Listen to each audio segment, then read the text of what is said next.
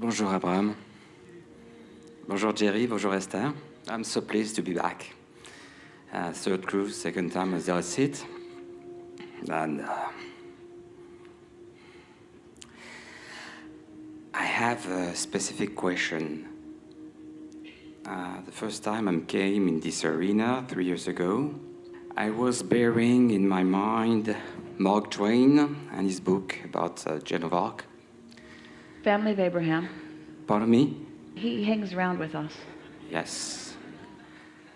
And so, as I am French, I wanted to meet some French people here. Went up, met a lady, asked a question, French people. She looks at my name and says, "Oh, my name is a feminine of yours. You are Jean, and I am Jane. And by the way, I am Esther's sister."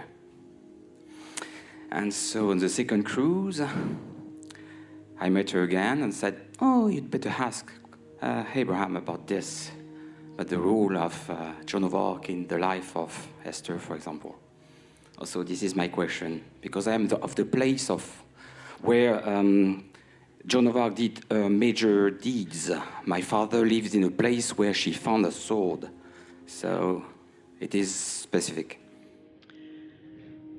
Some years ago, Jerry and Esther were living in Phoenix, Arizona. It's where they met us, in fact. And they knew a woman who lived far on that other side of town we told you about earlier. And they met her. Jerry noticed that down across this bookshelf was a long string of interesting-looking, very old leather-bound books.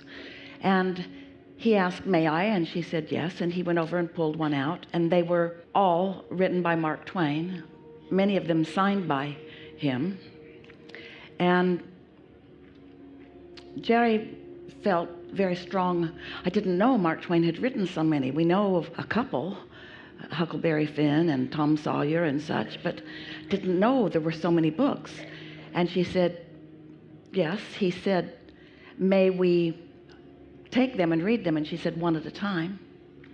So one at a time, they took the book, took it to the other side of town, read it together, returned that one and got another one, read it, returned that one and got another.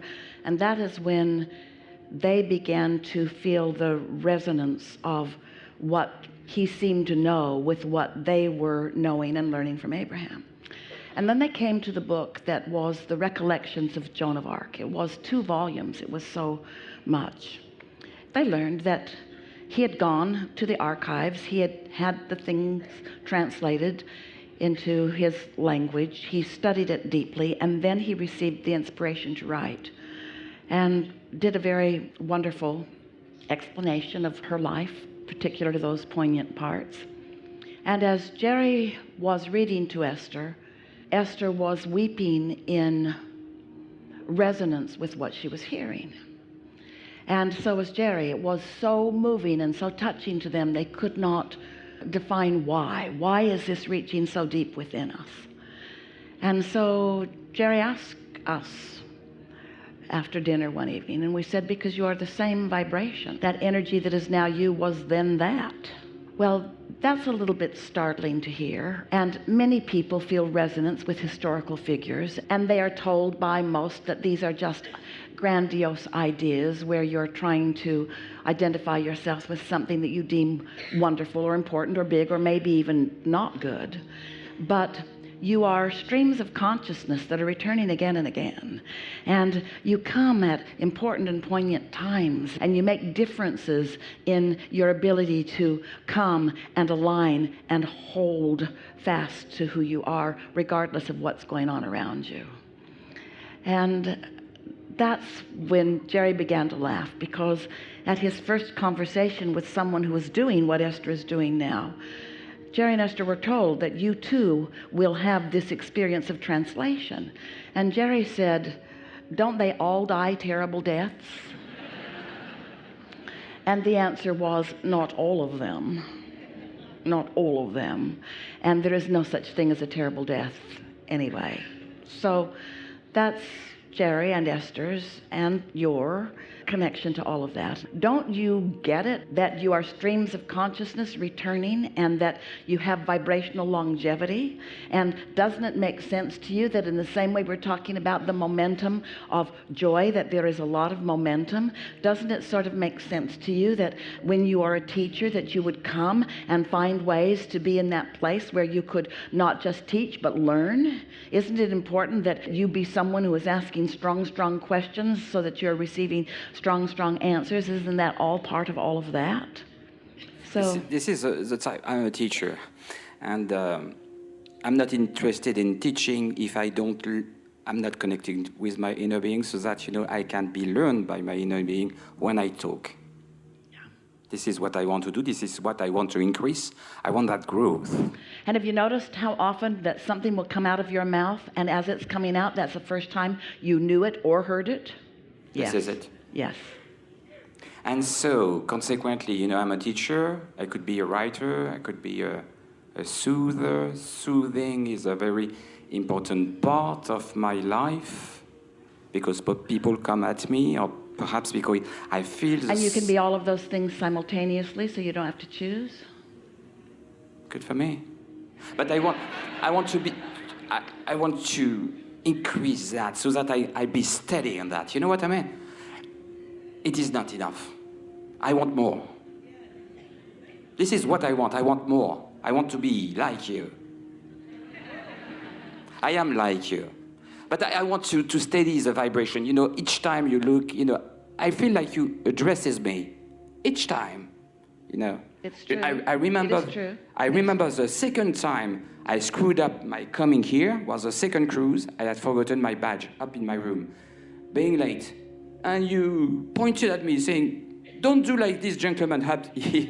Because I had to be on time, And so I realized you were staring at each of us. When you say Esther wants to be part of all the discussions, I know you are.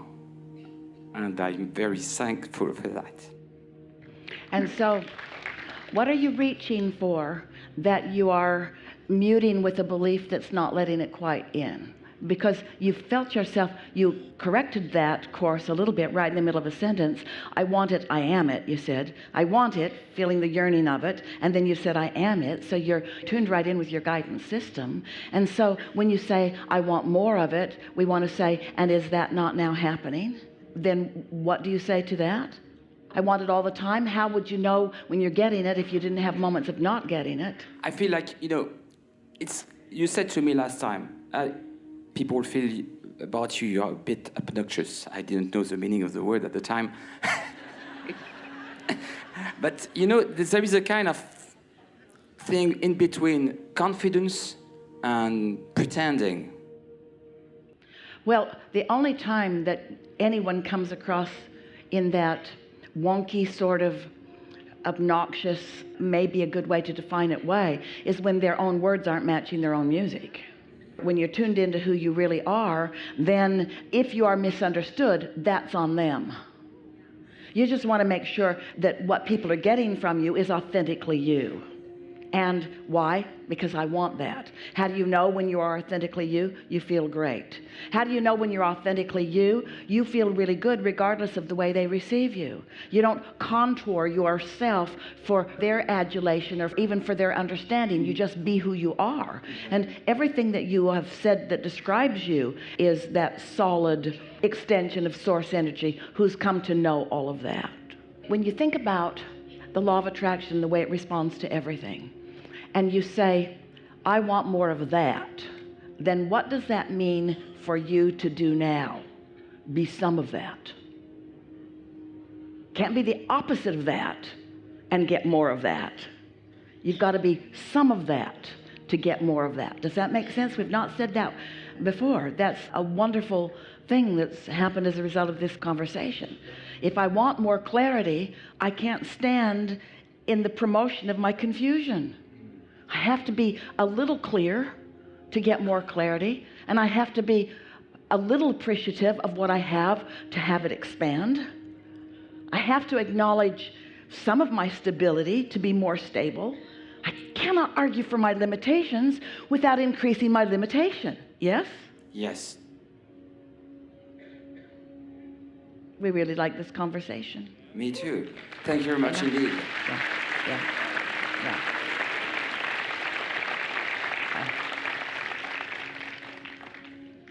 We're reaching for something that has been left undone that you're not having a nervous breakdown over. What are you feeling good about that you just want more clarification about?